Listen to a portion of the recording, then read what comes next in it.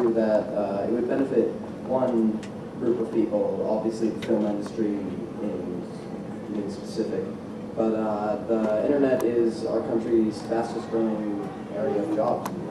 Jobs created every day. The whole American dream that someone can come here with nothing has been really shown in the internet industry. You see startups every day. But the PIPA and SOPA acts would pretty much immediately cause that to not exist anymore. With obviously you can't shut down YouTube, but if a act was passed that allowed corporations such as the film industry in general to sue or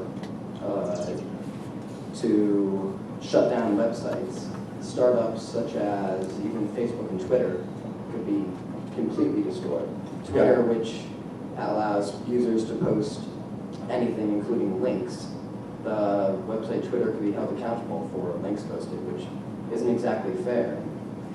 I don't think under the Senate bill they could be held accountable under that circumstance. I may be wrong about that, I'll double check, but I think that that's one of the differences between the Senate bill and the House bill.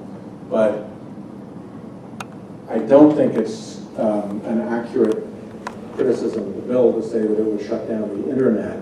The one thing that it would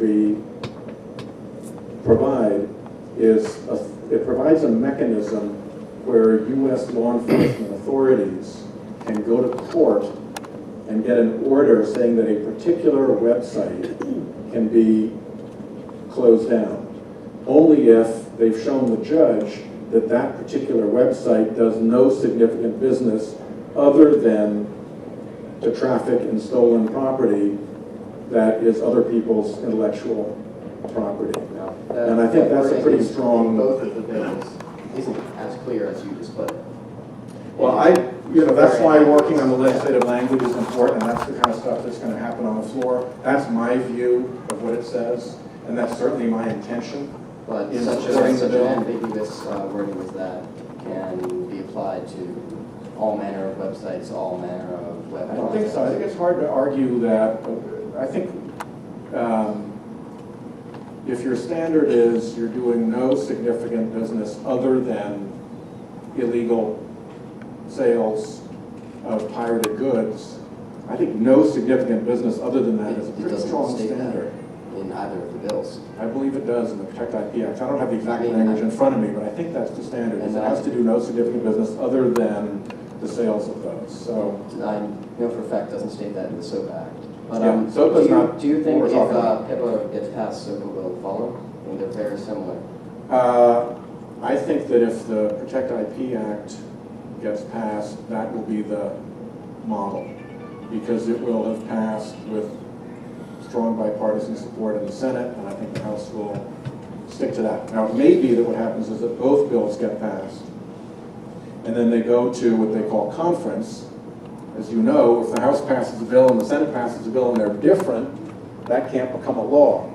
So they've got to go into what they call a conference, and the conferees sit down and they hash out the differences, and they come up with an agreed bill that then has to go back and be passed again. And I don't think it's going to get to look more like the House bill. I think it's going to get to look more like the Senate bill. And I think there's a good case to be made on behalf of YouTube and on behalf of Twitter and on behalf of other social media sites that they want it to be absolutely clear that they can't be targeted. And I think they're right about that. I think it is clear. They're not satisfied. That's why we work to improve the language. But I think that's where we are. Neither of the bills will actually stop pirated goods. No, but they'll stop some of the most obvious sites where it takes place in plain view. And what concerns me here is that we have so much crime over the internet. We have, you just saw the headline today in the Wall Street Journal about how the banks are getting together because they're being hit so often by people stealing money out of people's accounts with false IDs. We've already talked about the intellectual property theft, where particularly the Chinese are coming in and they're stealing people's intellectual property. It's industrial espionage. I mean, it's a crime. You shouldn't be able to do that. Here we have an internet crime that is happening in the light of day. You can go to Google right now and Google, I want to see a pirated movie. You're about 3 hops of your keyboard away from a pirated website. One of them is even called Pirate Bay. How about that for being sophisticated.